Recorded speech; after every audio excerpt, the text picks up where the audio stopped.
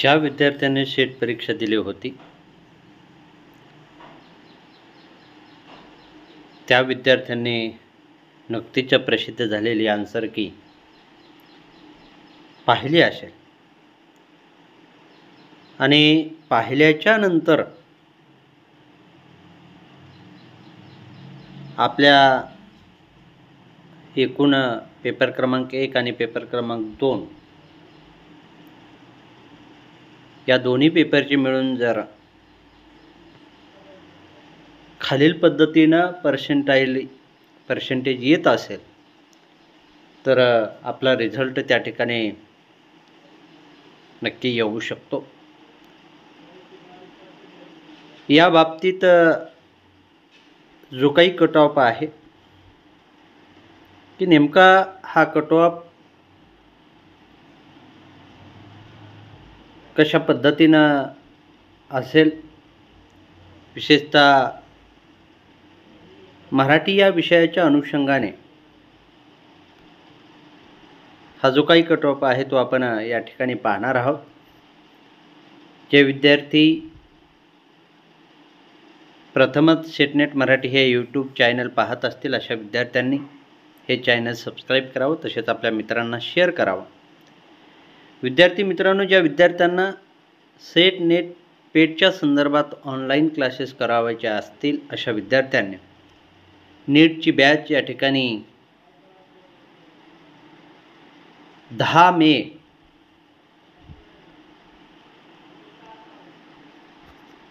पासून सुरुवात होत आहे।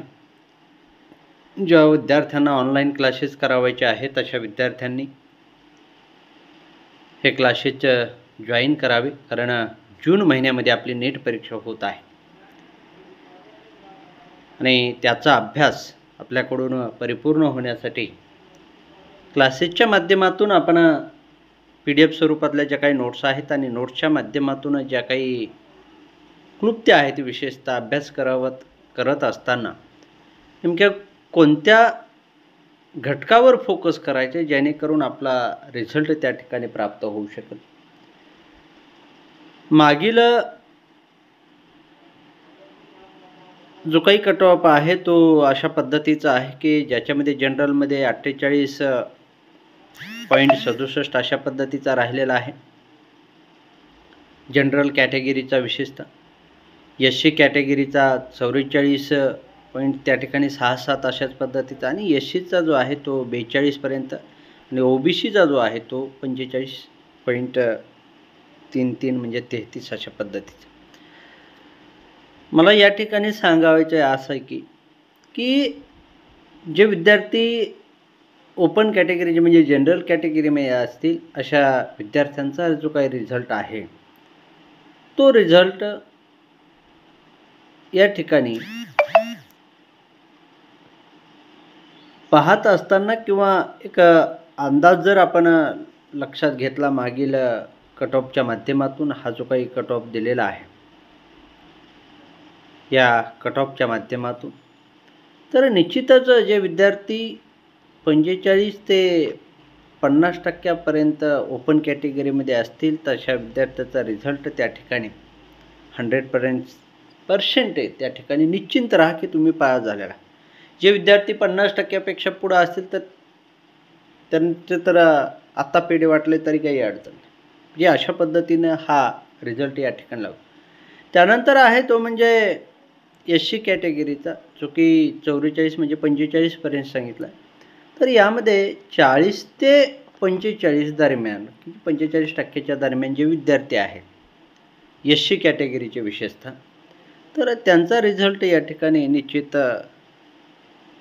त्या ठिकाणी कमी म्हणजे तो जास्तीत जास्त कमी आला तर 42 किंवा 43 असा येऊ शकतो, आणि वाढला तरी तो 45च्या पुढे जाऊ शकणार नाही, 46च्या तर बिलकुलच नाही। आणि म्हणून त्या पद्धतीने ST कॅटेगरीचे जे विद्यार्थी आहेत 42 ते म्हणजे 44% राहील, आणि इकडं 39च्या माध्यमातून जवळपास 39% ते 44% हे तुम्हाला ST, आणि OBCचे जे आहेत यामध्ये OBCचे जवळपास 48% म्हणजे 44 ते 48 अशा पद्धतीनं ज्या विद्यार्थ्यांची मार्क आहेत तर अशा विद्यार्थ्यांनी त्या ठिकाणी निश्चिंत राहावं.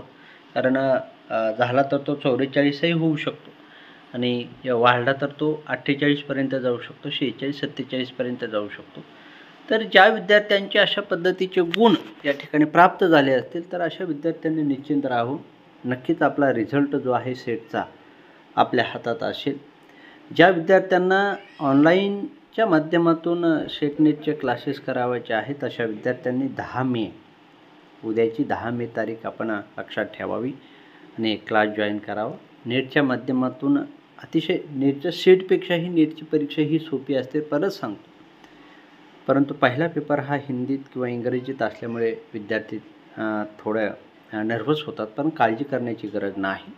कारण फर्स्ट आणि सेकंड दोन्ही पेपरचे मिळून तुम्हाला पर्सेंटेज लागतं आणि म्हणून सेकंड पेपर जो आहे तो आपला मराठीचा, तर त्याच्यामध्ये आपण चांगल्या पद्धतीची तयारी केली नक्की तुमचा रिझल्ट येतो.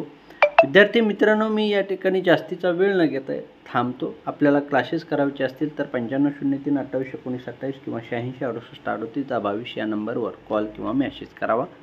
तोपर्यंत मी डॉक्टर महादेव जगताप या ठिकाणी आपला निरोप घेतो आणि थांबतो. धन्यवाद.